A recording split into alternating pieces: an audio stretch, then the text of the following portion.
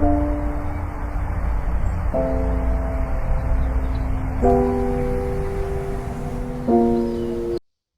zaman dahulu, hiduplah seorang ratu yang bernama Ratu Balarang.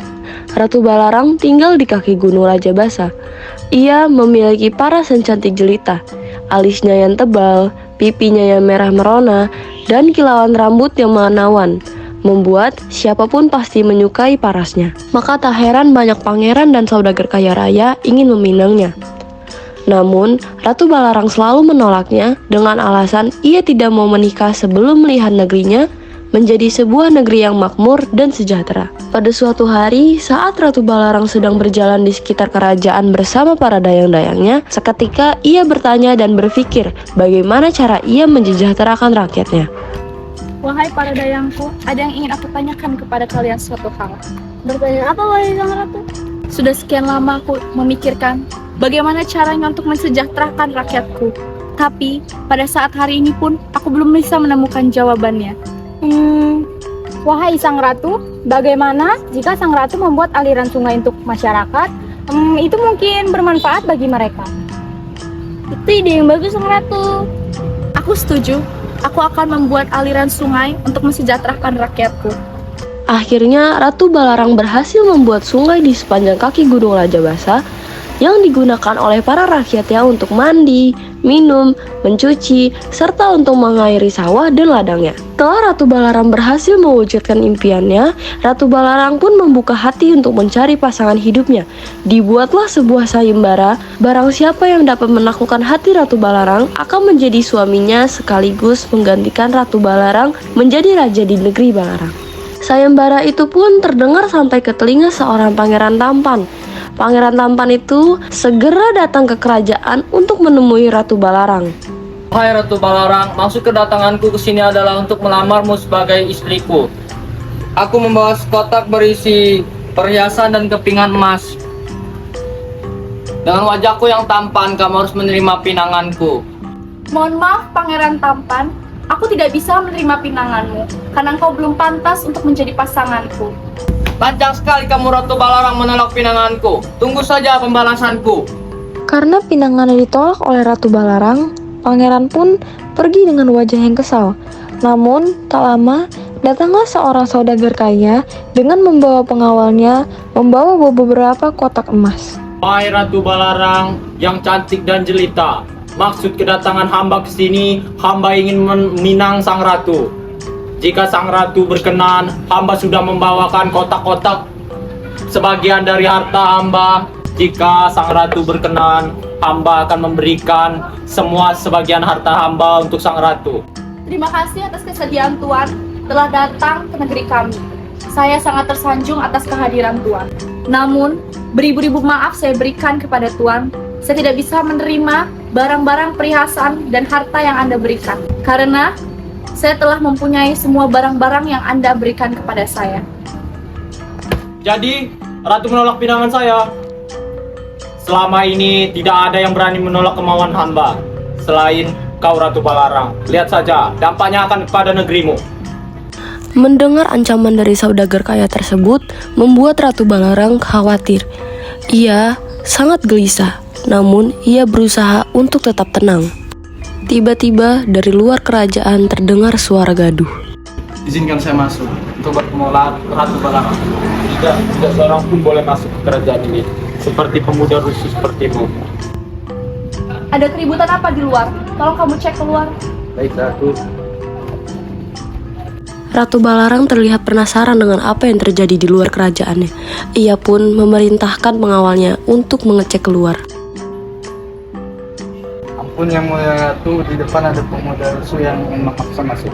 Baik, biarkan dia masuk. Baik. Sang pengawal pun membawa pemuda lusuh itu masuk ke dalam kerajaan menghadap Ratu Balarang.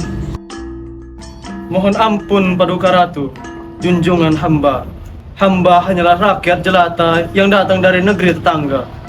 Izinkan hamba untuk menyampaikan niat baik hamba. Ada keperluan apa? Hai pemuda. Ampun Paduka Ratu, hukumlah hamba jika tutur kata hamba nanti dianggap lancang. Kedatangan hamba kemari ingin meminang Paduka Ratu. Boneka kayu ini adalah bukti ketulusan cinta hamba kepada sang ratu. Ranjang sekali Anda pemuda rusuh telah menghina junjungan kami. Biarkan saja. Hai pemuda, hari ini saya telah menolak pinangan seorang pangeran tampan dan saudagar kaya yang membawa harta bendanya serta emasnya kepada saya. Mereka saja saya tolak. Kenapa kamu yang hanya membawa sebuah boneka kayu berani untuk meminang saya? Ampun beribu-ribu ampun, Paduka Ratu. Hamba memang tidak sekaya mereka. Hamba tidak bisa memberi harta berlimpah seperti mereka. Tapi jika dibandingkan dengan harta yang mereka miliki, yang hamba berikan kepada Tuanku Ratu belum seberapa. Sedangkan hamba memberikan sesuatu yang paling berharga dalam hidup hamba. Boneka kayu ini adalah barang paling berharga milik hamba. Mungkin bagi Ratu, kayu ini tidak berharga. Tetapi bagi hamba, boneka ini adalah satu-satunya barang yang paling berharga milik hamba. Boneka kayu ini dibikin oleh tangan hamba sendiri. Bajunya adalah baju satu-satunya milik hamba. Saya terenyuh dengan perkataanmu. Maka dari itu, saya akan menerima pinanganmu. Karena kamu telah membuktikan sepenuh jiwa raga kamu untuk meminang saya. Maka dari itu, saya akan menerima pinanganmu. Terima kasih Paduka Ratu telah menerima pinanganku. Kabar diterimanya pinangan pemuda lusuh tersebut telah menyebar kemana-mana, sampai terdengar kepada telinga seorang adik dari saudagar kaya. Wahai kakakku, apa kau sudah mendengar berita dari kerajaan Balarang hari ini? Belum adikku, emangnya ada apa? Ada seorang pemuda lusuh yang meminang Ratu Balarang dengan hanya maharnya sebagai boneka kayu. Dan buruknya, Balarang menerima pinangan pemuda itu. Apa? Yang benar saja kau adikku. Tentu saja aku berkata benar. Apa kau tidak dendam padanya? Kau yang memiliki banyak harta saja ditolak olehnya. Memang kau kurang ajar Balarang. Lihat saja, dapatnya akan kepada negerimu. Saudagar kaya itu pun ingin membuat perhitungan kepada Ratu Balarang. Dicarilah dukun yang sakti untuk mengguna-guna Ratu Balarang. Sedang apa kau pangeran ada di sini? Aku di sini membalaskan dendamku pada Ratu Balarang karena dia telah menolak pinanganku. Lalu, apa maksudmu datang ke sini? Aku ingin membalaskan dendamku karena Ratu Balarang menolakku dan memilih pria lusuh itu. Baik, duduklah. Akan kubalaskan dendam kalian berdua. Saudagar kaya dan pangeran tampan tersebut akhirnya memutuskan untuk bekerja sama mengguna-guna Ratu Balarang. Sungai yang biasanya dipakai rakyatnya untuk mandi dan mencuci, airnya berubah menjadi keruh dan menimbulkan penyakit. Badan saya gatal-gatal ya. Iya, tadi habis mandi sungai di situ. Iya kan? Semua rakyatnya mendapatkan guna-guna yang dikirim oleh saudagar kaya dan pangeran tampan. Sementara Ratu Balarang selamat dari guna-guna tersebut. Rakyat pun langsung menemui Ratu Balarang ke kerajaan dan meminta tolong.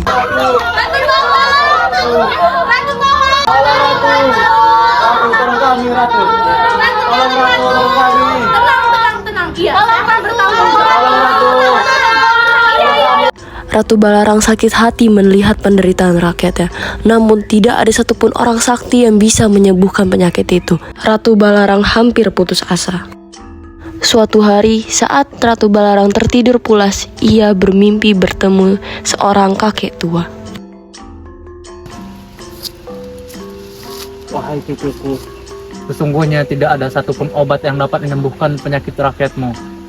Karena sesungguhnya itu bukanlah penyakit biasa, melainkan penyakit jahat yang dikirimkan oleh dukun jahat yang disuruhkan oleh pangeran dan saudagar kaya. Datanglah engkau ke kaki gunung Raja Basa dan berpuasalah di sana. Mintalah petunjuk kepada Sang Pencipta. Setelah terbangun dari tidur pulasnya, Ratu Balarang segera mengenakan pakaian serba putih dan meminta pengawalnya untuk mengantarnya ke kaki gunung Raja Basa. Di sana, Ratu Balarang mengasingkan diri dan berpuasa patigeni, yaitu puasa tidak makan, tidak minum, dan tidak tidur. Selama berpuasa di sana, Ratu Balarang dijaga oleh puluhan siluman kera putih.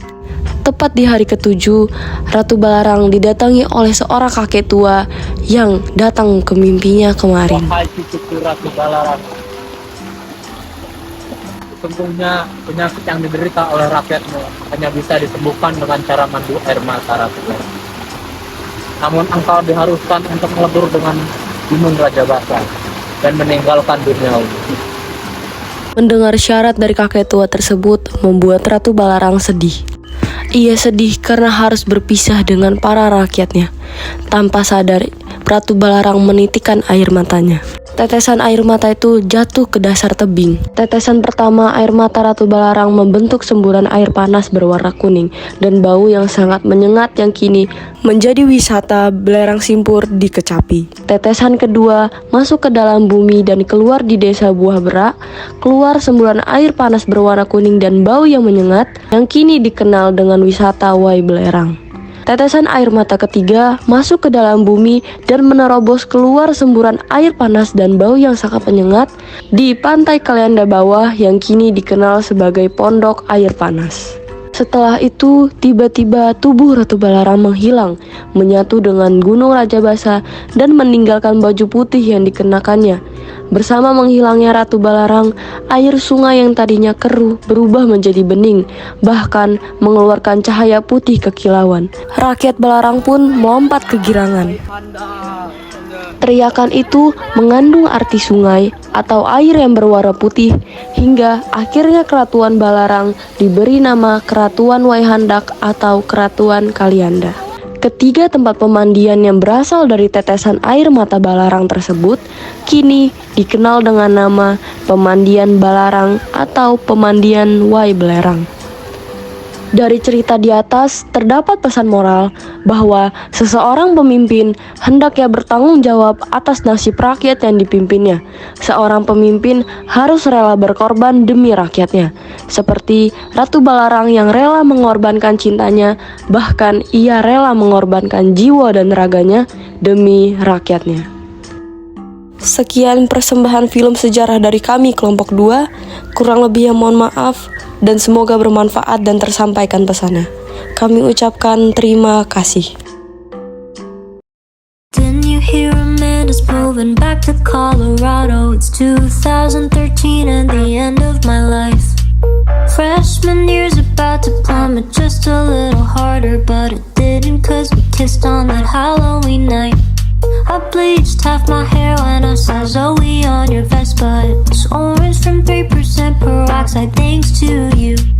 I needed a good cry, I headed right to Kendra's. I hated you and I hope to God that you knew. Now there's drama, found a club for that where I met ya. Had a heart attack, yada yada. At the end, yeah, we burned, made a couple U-turns. You were it till you weren't. High school in Jakarta, sort of modern Sparta. Had no chance against the teenage suburban armadas. We were a sonata, thanks to tight-lipped fathers. Yeah, living under that was hard, but I loved you harder. High school in Jakarta, an elaborate saga. I still hate you for making me wish I came out smarter. You love, hate your mother, so do I. Could have ended different, then again we went to high school in Jakarta. Got a group. Tuh, ayo salah tik. Cantik dan jelitanya gimana ini? Belum pernah Tidak pakai oli. ada. Udah pengawal pulang. Emang udah berapa kali kawin? Baru kali ini. Blok ngelak. Oh, Tiga nggak tajam nggak tariknya.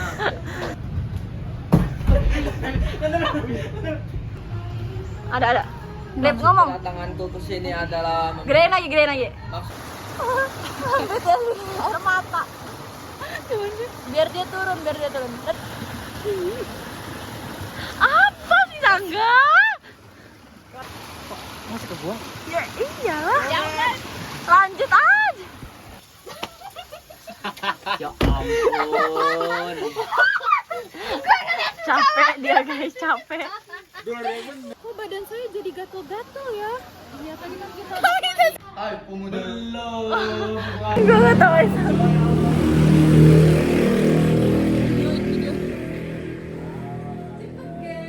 Kamu gak mau terima pinangan saya? apa? Yang benar saja kau Ratu. Ayo, adikku. Kelompok 2, bisa.